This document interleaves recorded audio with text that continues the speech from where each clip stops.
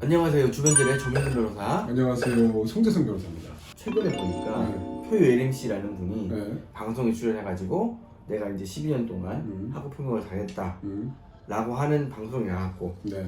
거기에 대해서 표예림 씨의 동창인 분인 것 같은데 어떤 분이 익명으로 그 사람을 괴롭혔던 사람들이 여기 있다 이렇게 해가지고 이름과 얼굴 이런 것들 다 공개하는 유튜브를 올렸죠. 네. 그래서 표예림 씨가 뭐 MBC 실화탐사대에 나와가지고 실제 방송 촬영도 하면서 네. 본인의 이제 괴롭힘 당한 상황이나 이런 걸 굉장히 구체적으로 진술하고 또 표예림 씨 부모님도 나와가지고 언론에서 진술한 것으로 보여요. 네.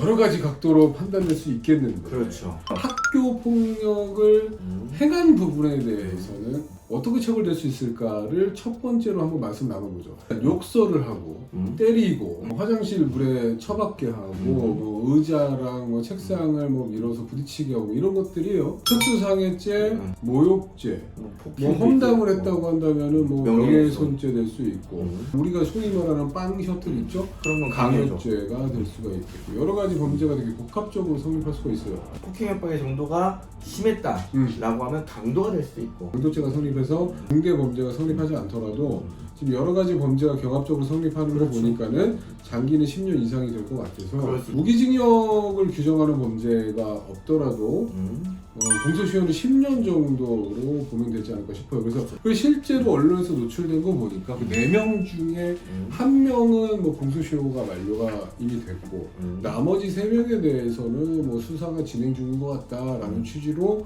이야기하는 언론도 있는 것 같아요. 네.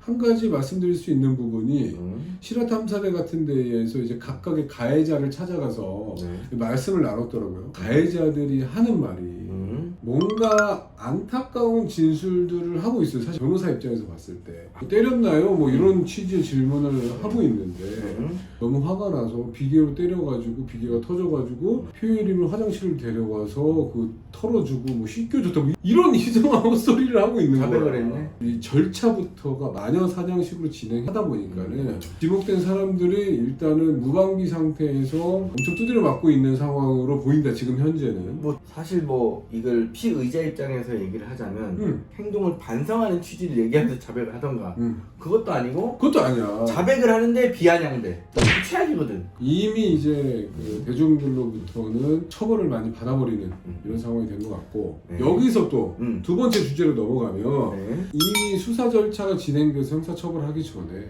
언론에 노출이 돼서 이게 이렇게 마녀사냥 절차 진행되는 것 자체에 대한 우리가 평가를 한번 해볼까요? 저는 사실 이런 식으로 특정인을 공격하거나 이렇게 할 수밖에 없는 이런 상태를 만드는 것에 대해서 대단히 반대합니다.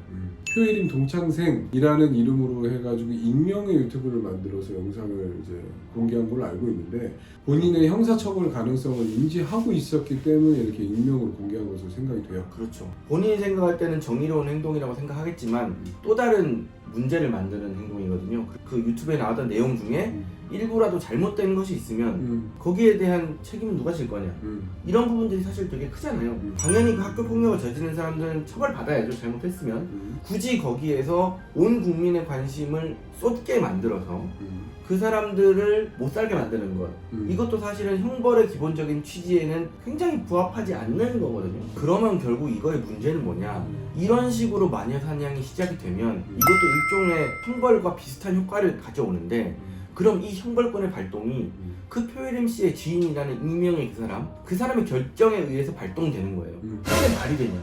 그럼에도 불구하고 표예림 씨 측에서 한번 생각을 해보면 수사기관의 수사만으로 처벌하기에는 본인들이 입은 피해에 비해서는 굉장히 낮은 처벌이 이루어질지도 모른다는 우려심에서 또 이렇게 유튜브를 통해서 공개를 하고 그냥 대중을 통한 그냥 처벌이 이루어지지 않았나라는 생각이 들어요. 사실 이렇게 언론에 퍼치게 되면 내가 책임질 수 없는 일들이 발생을 하게 되고 그렇기 때문에 사실 되게 조심해야 됩니다. 사실 한편으로 생각해 보면은 피해를 당했던 표예림 씨나 친구나 얼마나 괴롭고 힘들었으면 그랬죠. 당연하죠. 이렇게까지 실명으로 까고 그치. 사실관계를 적나라하게 퍼뜨리고 심지어 그렇지. 뭐 공중파 방송사에까지 안타깝죠. 제보를 해가지고 이렇게 나왔나라는 너무 생각도 들어요. 너무 안타깝고 먼저 그러니까. 사실은 가해를 하지 않는 게 1차죠.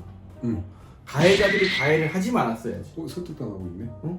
근데 사실 여기서의 해결할 수 없는 문제점은 실제로 이런 사실관계가 아니라 좀 변형된 사실관계였으면은 온 국민이 또 가해자가 되어서 이 4명을 죽이고 있는 꼴이 되기 때문에 요거는 사실 해결할 수 없는 문제가 또 발생한 거예요. 그렇죠? 사실 이건 해결이 안 되죠. 응. 이미 다 까발려졌고. 이미 표혜림 씨가 진술을 한 내용하고 실화 탐사에서 밝힌 내용하고 뭐 표혜림 동창생이라는 사람이 유튜브에서 밝힌 내용하고 수사기관에서 수사한 내용이 다 달라서 최종적으로 확정되는 사실관계는 또 다르다고 한다면은 지금 온 국민이 하는 행동은 그게 또 다른 또 범죄 행위이자 형사처벌감은 안 되더라도 민사상 손해배상의 대상이 될 수 있는 불법 행위는 될 수 있다는 거예요. 그렇기 때문에 마녀사냥식의 뭐 댓글을 다는 거랑 또 다른 조심해야 영상을 이제 양산해내는 거는 각별히 조심해야 조심해야 된다라는 것까지는 말씀드릴 수 있습니다. 맞아요. 오늘 촬영 여기까지 하도록 하겠습니다. 네, 구독과 좋아요 눌러주세요.